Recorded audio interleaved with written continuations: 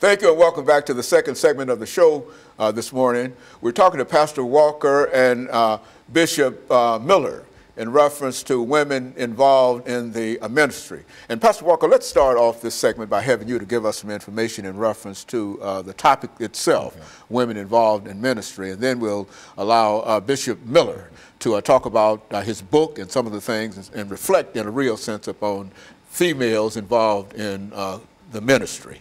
Well, Dr. Haney, this is some subject matter that I can really relate to because I've been exposed to women in ministry ever since I was a child. My mother, she's a minister. She founded churches. She deceased back in 2014, Bishop Florian Knox.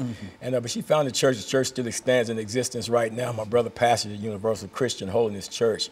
I grew up in that church. I experienced other ministers, women ministers, Bishop Sally Swift, Bishop Clara M. Roberts, all out of Indianapolis, Indiana, along with a lot of other female ministers over the years of my life. When I was out there on drugs and everything, that Pastor Evangelist Sheila Kaur, she, with the Servants of God non-denominational church, she would come out in the streets and she would minister to me. And that's when my mother planted the seed. She came along and she watered it. And it was during that period of time back in 1986 that God called me out of active drug addiction into the gospel ministry. And it was through the workings of these godly women and stuff that reached out to me and stuff like that and planted. As a matter of fact, in 1990 or 1992, I can't remember exactly now. But I was ordained. I was ordained in Indianapolis, Indiana, up under the pastorate of Bishop Clara M. Roberts up in Indianapolis. So I've had quite a bit of experience with women in ministry, and to be here with Dr. AMiller Sr. to talk about this, preach my sister, preach the biblical defense of women in the gospel ministry. I mean, and hear what I'm saying. The biblical, not his opinion, but the biblical defense for women in ministry. The reason he can take it to the Bible and show that. But that's my experience that I've had with women in ministry. So I'm one that you can't come to me and talk to me about what a woman cannot do, and you can't use the traditional stuff like God can cause a donkey. Because to me, that sounds disrespectful. You know, to speak, you can use whoever. But you know, the thing is this, and I commend Bishop Miller for him taking on the challenge to explore this subject, study this subject matter out, and then to present it to us in a book form in a way that we can all understand it. So I just yield to him. Okay, very, very good. Bishop Miller, let's talk about women in ministry. Yeah, you know, for most part, pastors and preachers, they use a text out of 1 Corinthians chapter 14, and they use 1 Timothy chapter 2 to say that women were not called because Paul was addressing an issue, and he was saying that women are supposed to remain silent in the church. And then he said, I suffer a woman not to teach or usurp authority over a man.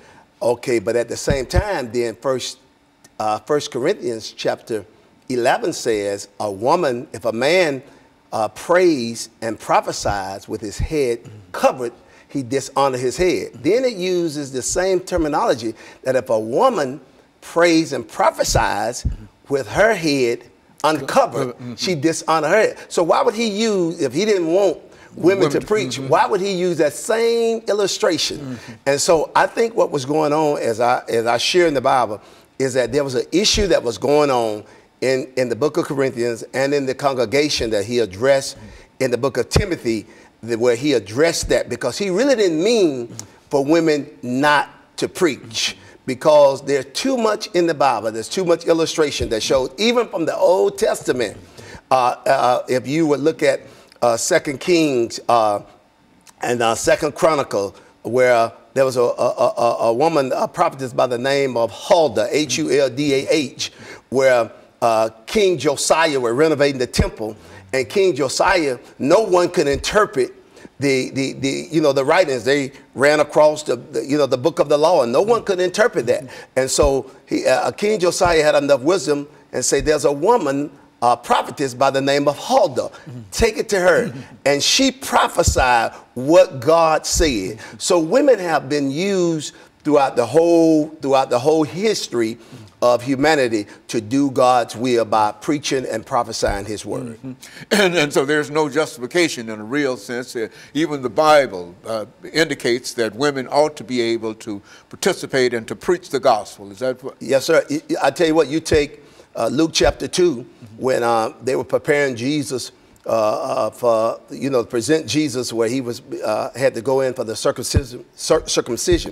There was a woman in the temple by the name of Anna. And this woman, Anna, the Bible said that she would preach pretty much to anybody who would listen about Jesus Christ. And so here, this woman, Anna, she served in the temple. As a matter of fact, her husband died, and she served in the temple after the death of her husband. And so here is the word prophesy, the word preach means to proclaim. Laleo in the Greek means to foretell, means under the unction of the Holy Spirit. And the same thing that happened on the day of Pentecost. There were women in the upper room. When the Holy Spirit fell on the men, it just didn't fall on the men, it fell on the women. And so they spoke in tongue, they prophesied just like the men. And so there is enough evidence in the Bible to prove that God did call women to preach the gospel. Traditionally, men have distorted that and have somewhat said in many churches that women should not preach the gospel, simply because I think that a lot of men are threatened by the gift that women bring to the table. As a matter of fact, Pastor, you talked about your conversion. I think you mentioned a woman that all of us know quite